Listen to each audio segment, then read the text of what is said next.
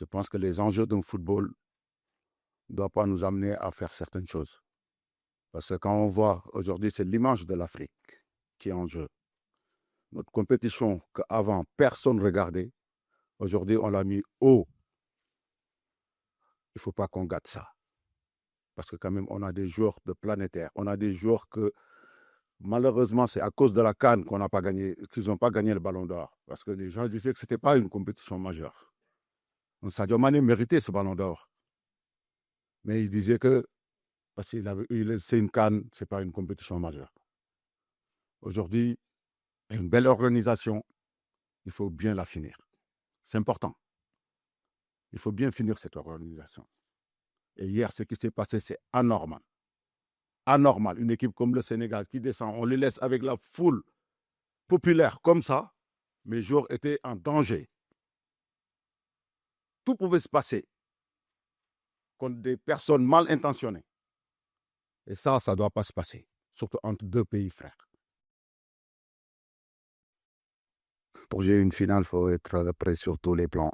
Donc, que ce soit mental, psychologique, techniquement, tactiquement. Voilà, on sait qu'on aura un match difficile face à une belle équipe du Maroc qui n'arrête pas de montrer des bonnes choses. Donc, déjà, je tenais à les féliciter parce que quand même, ils ont représenté l'Afrique durant la Coupe du Monde 2022 et aller jusqu'en demi-finale. Une belle performance. Donc, ils ont vraiment levé le niveau africain et aussi en Coupe du Monde des jeunes, des U20.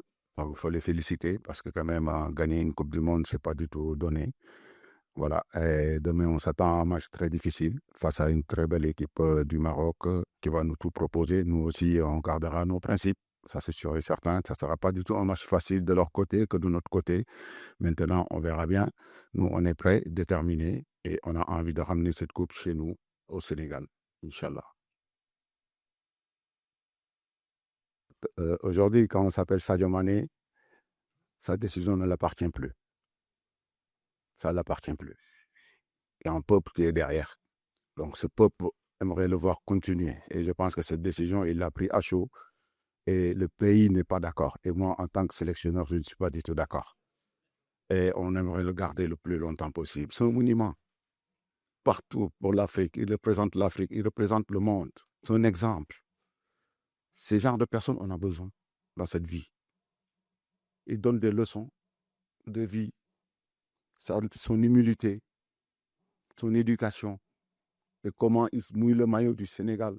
Il donne sa vie à la Coupe du Monde, à la Coupe d'Afrique 2022. Il a donné sa vie pour qu'on gagne pour qu'on obtienne notre première étoile.